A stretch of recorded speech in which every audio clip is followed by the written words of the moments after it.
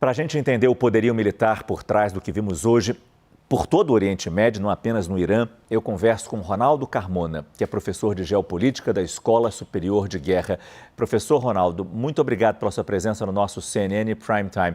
A dimensão desse ataque dos dois lados, a gente percebe que foi bastante intensa. A continuar no domingo, essa guerra, professor, ao que tudo indica, vai continuar. A gente vai ver essa mesma capacidade militar. Boa noite, professor. Boa noite, Márcio Gomes. Boa noite aqui aos amigos da CNN. Obrigado pelo convite.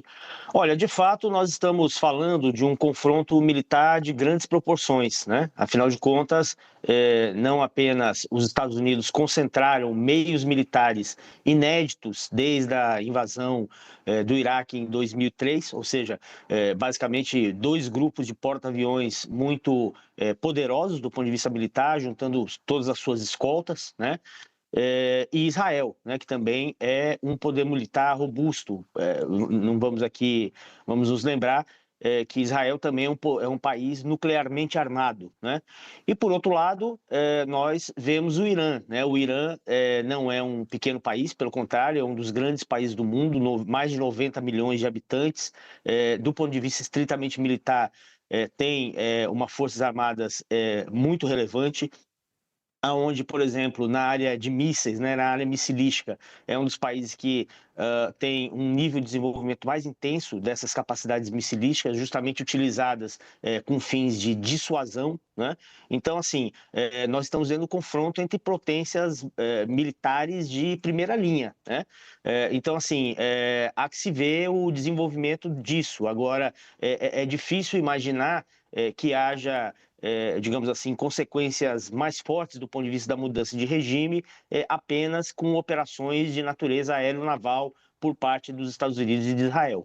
Pois é, começando então com esse poderio militar americano, o senhor bem destacou, e acho que é preciso acrescentar aqui, os Estados Unidos têm bases pela região e os poderosos navios de guerra também ali na região, como o porta-aviões de Gerald Ford, que o senhor bem disse. A gente já sabe de onde partiram esses ataques de hoje contra o Irã. Aviões decolaram e lançaram mísseis à distância desses navios que vão junto aos porta-aviões. Mísseis podem ter sido lançados também. O que a gente sabe da estratégia de ataque de hoje do lado de Estados Unidos e Israel contra o Irã, professor? Olha, Márcio, por óbvio, né, nesse tipo de operação não há maiores detalhes, né?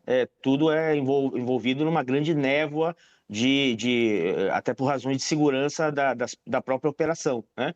Mas imagina-se, né, algumas imagens que foram ao longo do dia de hoje, que foram a público, nos leva a crer uma intensa utilização de mísseis de cruzeiro, por um lado, principalmente por parte de Israel, e também alguma capacidade aérea por parte dos Estados Unidos, né? Na verdade, essa operação, ela teve, do ponto de vista dos Estados Unidos e de Israel, dois objetivos, né? O primeiro, que foi o assassinato seletivo de lideranças, né?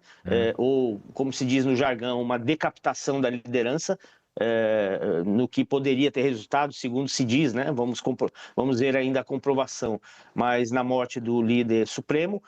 E, por outro lado, também se buscou neutralizar ou degradar capacidades militares do Irã, exatamente para tentar impedir a resposta, né, a contraofensiva do Irã, tendo em vista que já em junho do ano passado, mas agora de uma forma ainda mais intensa, o Irã poderia utilizar essa capacidade retaliatória de uma forma bastante intensa. O senhor destaca um ponto importante. Em junho do ano passado, quando houve o ataque dos Estados Unidos e Israel contra o Irã, mas especificamente focando alvos nucleares, focando alvos militares, a resposta iraniana foi muito focada em Israel. Dessa vez foi ampla e atingiu muitos alvos ali pelo Oriente Médio. Em cima dessa opção pelo Irã, dessa estratégia iraniana de atingir várias bases militares, como até foi dito pelo embaixador iraniano nas Nações Unidas, está acontecendo agora uma reunião no Conselho de Segurança da ONU, uma reunião de emergência, convocada pela França. Ele diz que os alvos foram escolhidos alvos militares, mas sabemos que um hotel em Dubai foi atingido. Por essas informações, o que a gente pode aprender dessa resposta iraniana e do poderio iraniano nessa guerra, professor? Olha só, Márcio, na verdade, há uma mudança nos objetivos estratégicos dos Estados Unidos, pelo menos proclamados publicamente, entre o que foi os eventos de junho do ano passado e o que está sendo a ação militar de hoje. Naquele momento, muito claramente, o alvo se voltava diretamente a instalações do programa nuclear iraniano, É. né? Ou seja, em especial as 3 usinas, sobretudo a principal delas, que é a usina de Fordow, né? Então, esse era o objetivo principal.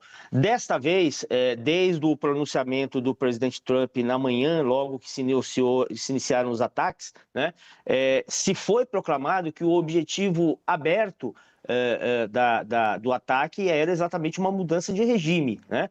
Então, diante dessa mudança, evidentemente, do ponto de vista do Estado iraniano, se percebeu isso como uma ameaça até mesmo existencial. Então, é razoável supor que o Irã utilizará de toda a sua capacidade militar como um instrumento de retaliação. Então, assim, nesse momento, a reação iraniana ela é muito mais forte do que foi em junho do ano passado, inclusive em relação às bases militares americanas estacionadas em vários países do Oriente Médio. E mesmo depois desse ataque de junho do ano passado contra alvos militares iranianos, o Irã continua com a sua força bélica poderosa. Não tenha dúvida, não tenha dúvida. Primeiro, assim, o Irã, ele se prepara, né?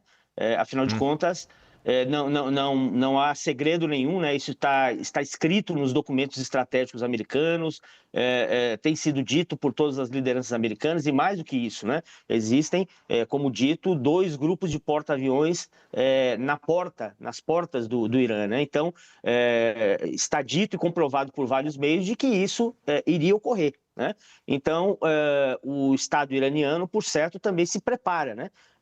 Primeiro, até mesmo pelas características físicas do país, né?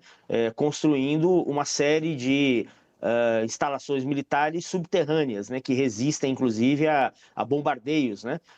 Inclusive de bombas altamente sofisticadas, como foi o caso daquelas lançadas pelo B-2, né, em junho do ano passado. Então, assim, nesse período recente, por certo, diante da ameaça latente, eminente, né, o Irã ele buscou recompor a sua capacidade de defesa, né? Comenta-se que mesmo muitos analistas avaliam que o Irã teria pelo menos 2.000 mísseis de cruzeiro aptos a serem lançados, né? O que é uma força bélica bastante substantiva, né? Ou seja, depois dessa resposta iraniana de hoje, os iranianos ainda têm fôlego para continuar essa guerra. Olha, eu acho que sim, né? Embora, como eu disse, os objetivos principais desse primeiro dia, por parte dos Estados Unidos e de Israel, além de eliminar lideranças do Estado iraniano, elas também buscaram degradar capacidades, sobretudo de lançadores de mísseis, né? Mas nós não sabemos, né, exatamente qual foi o ponto dessa degradação e mais do que isso, né? Repito, o Irã se preparou para esse cenário, então é muito possível que estejam camuflados, estejam inclusive ocultos, né? Lançadores e mísseis de grande porte que certamente serão utilizados em defesa da liderança do país. E só uma última pergunta, professor.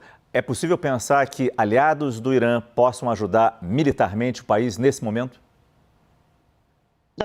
Não creio nem no envolvimento de aliados do Irã, nem no envolvimento dos demais países árabes, né? Hoje, inclusive, se comentou de um certo incômodo da Arábia Saudita sobre as retaliações às bases militares americanas, mas eu não creio que outros países, fora um confronto direto entre Estados Unidos / Israel versus Irã, não creio que nenhum outro país terá condições de se envolver militarmente, até mesmo pela natureza do contencioso.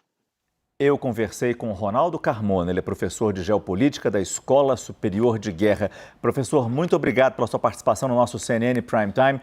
Boa noite. Muito obrigado, boa noite.